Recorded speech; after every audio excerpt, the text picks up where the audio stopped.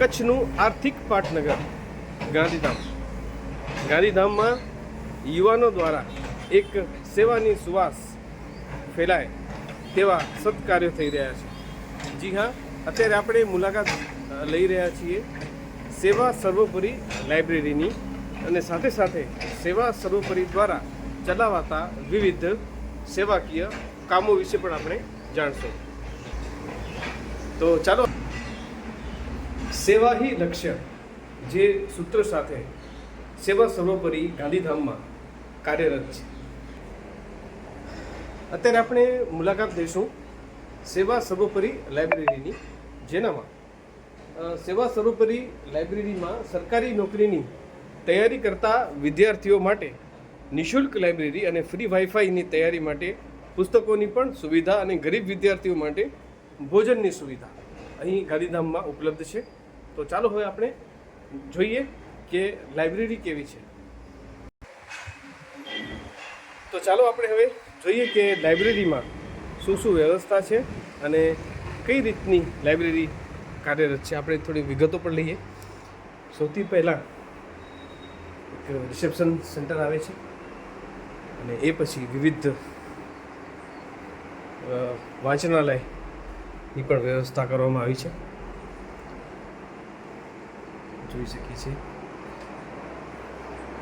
વિવિધ કેબિન બનાવવામાં આવી છે. રવિવારે પણ લાઇબ્રેરી કાર્યરત છે. યોગાનુયોગ આજે મિત્ર દિવસ છે, તો આપ સૌને હેપી ફ્રેન્ડશિપ ડે. જોઈ શકીએ છીએ આ એક વાંચનાલય કાર્યરત છે. આપણે આ વાંચનાલય વિશે થોડી વિગતો જાણીશું. એ પહેલાં સેવા સર્વોપરીના કાર્યો વિશે આપણે એક નજર કરી લઈએ. જોઈએ છીએ કે આપણે સેવા સર્વોપરી દ્વારા એક વિદ્યાર્થીઓ માટે છોટું અભિયાન પણ ચલાવવામાં આવે છે કે ઝૂંપડપટ્ટીમાં રહેતા બાળકોને પણ અહીંના શિક્ષકો દ્વારા અભ્યાસ કરાવાય છે. અને આ ઉપરાંત જરૂરિયાતમંદ લોકો માટે ટિફિનની પણ સુવિધા છે. અને એક દિવાળીના માહોલ પણ ઉજવવામાં આવે છે દર વર્ષે ગરીબ બાળકો સાથે. મુખ્યમંત્રી દ્વારા પણ આ સેવા સર્વોપરીને એક અભિવાદન મળ્યું છે, એક સન્માન મળ્યું છે. ભિક્ષુક મુક્ત કરવાનું અભિયાન, ગાંધીધામને ભિક્ષુક મુક્ત કરવાનું અભિયાન પણ સેવા સર્વોપરી દ્વારા થઈ રહ્યું છે. ઘણા બધા પુસ્તકો પણ અહીં ઉપલબ્ધ છે. તો આપણે હવે લાઇબ્રેરી વિશે જાણકારી મેળવીએ. નારાયણભાઈ, આપનું સ્વાગત છે. શું છે સેવા સર્વોપરીની લાઇબ્રેરી વિશે આપને થોડી વિગતો જણાવો. તો આમ તો જોઈએ તો સેવા સર્વોપરી ટ્રસ્ટ એક સુંદર મજાનું કાર્ય કરી રહ્યું છે. કે જે પછાત લોકો છે આપણે એના માટે ટિફિન સેવા પણ આપી રહ્યું છે. તેમજ લાઇબ્રેરીની તો એકદમ અમે અત્યારે તૈયારી કરવા જઈએ છીએ. ગવર્મેન્ટ એક્ઝામની સુંદર મજાની વ્યવસ્થા છે. સવારના આમ ને 7 વાગ્યાથી કરીને સાંજે 8 વાગ્યા લગી લાઇબ્રેરી ચાલુ જ હોય. રવિવારે પણ ચાલુ જ રહે.